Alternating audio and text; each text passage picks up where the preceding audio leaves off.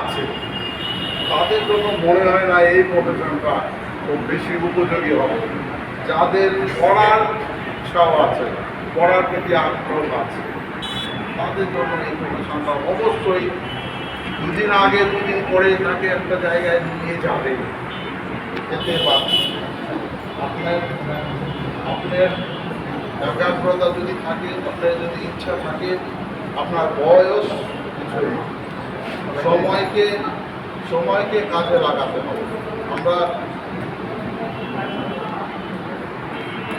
সময়ের মূল্য যদি ঠিক মতো দিতে পারি, আমি দেখেন আমার ছাত্র জীবন পিছনে বলো না, ইউনিভার্সিটি লাইফ আমার রাজশাহী ইউনিভার্সিটি থেকে আমি LLB অনার্স LLM করেছি। সেই সময় আমি আমার ইচ্ছা ছিল যে এই অনার্স মাস্টার্স করার পরে আমি ব্যারিস্টার হব, কিন্তু সেই সময় আমি জানি না যে ব্যারিস্টার কীভাবে হওয়া যায়। মনে হয় অনার্স মাস্টার্স করার পরেই আমি ব্যারিস্টারি হতে পারবো, লন্ডনে চলে যেতে পারবো।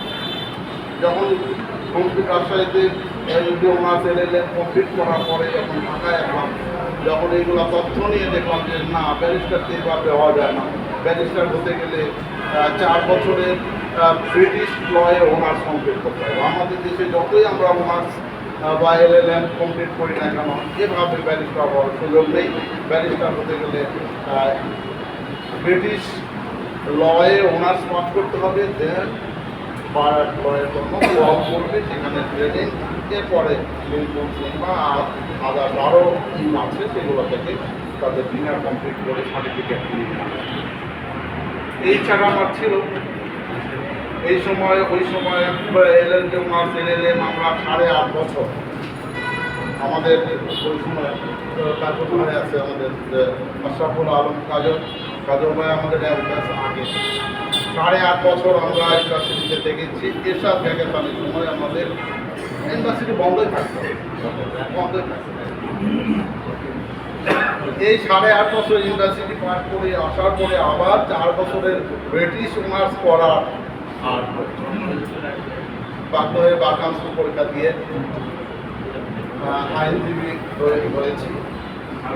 এরপরও আমার ইচ্ছা থাকার কারণে আমি PhD করতে একটা দেশে গিয়েছিলাম, সেটা কমপ্লিট না করে আবার চলে এসেছি। বুলগেরিয়ায় গিয়েছিলাম সেই সময় আমার বিয়ে হয়েছে মাত্র, আমার বড় ছেলে তার ছোট, মানে ওটা কমপ্লিট না করে আবার চলে এসেছি। আবার প্রফেশনে আসার পরে দীর্ঘদিন পর আমাদের এখানে একটা ইনস্টিটিউশন আসলো, ব্যারিস্টারেরাই ইনস্টিটিউশনটা স্টার্ট করলো, যারা কমনওয়েলথ কান্ট্রির লয়ার, তারা ইচ্ছা করলে এই বার ট্রান্সফার, অর্থাৎ যে কোনো বার থেকে ব্রিটিশ বারে ট্রান্সফার হতে পারবে একজন লয়ার।